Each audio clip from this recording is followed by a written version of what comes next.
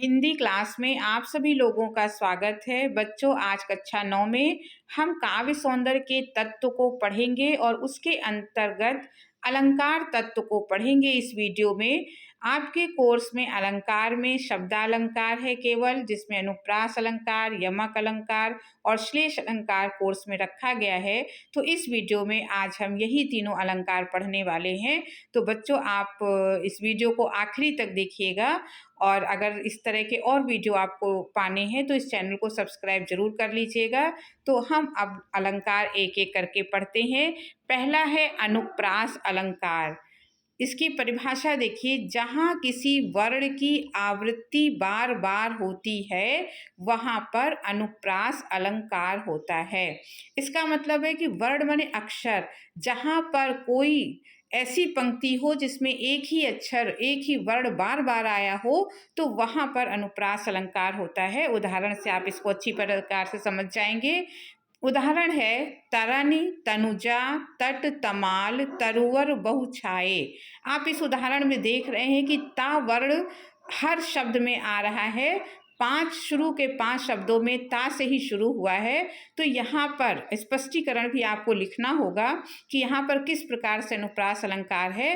तो स्पष्टीकरण में लिखेंगे, यहाँ पर ता वर्ण की आवृत्ति होने के कारण अनुप्रास अलंकार है। इसके आप अन्य उदाहरण भी देख सकते हैं। जैसे एक है चारु चंद्र की चंचल किरणें खेल रही हैं जल थल में। तो यहाँ चार शब्द की, जो मैंने उदाहरण अब बताया, इसमें चार शब्द की आवृत्ति हुई है। या रघुपति राघव राजा राम, यहाँ पर रा शब्द, रा अक्षर बार बार आया है। तो इन सभी उदाहरणों में अनुप्रास अलंकार होगा। तो जहाँ पर किसी वर्ण की आवृत्ति बार बार होती है वहाँ पर अनुप्रास अलंकार होता है। अगला आपका है यमक अलंकार।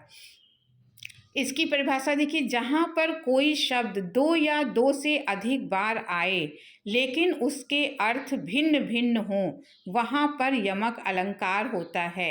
अब इसको आप समझ लीजिए कि कोई पंक्ति है कविता की जिसमें कोई एक ही शब्द है जो 2 बार इस्तेमाल हो रहा है लेकिन दोनों के अर्थ अलग अलग हैं। ऐसी अगर बात हो तो वहाँ पर यमक अलंकार होता है। उदाहरण में जैसे काली घटा का घमंड घटा। अब इस उदाहरण में, इस पंक्ति में देखिए, घटा शब्द 2 बार आया है पर दोनों ही शब्द का अर्थ अलग है।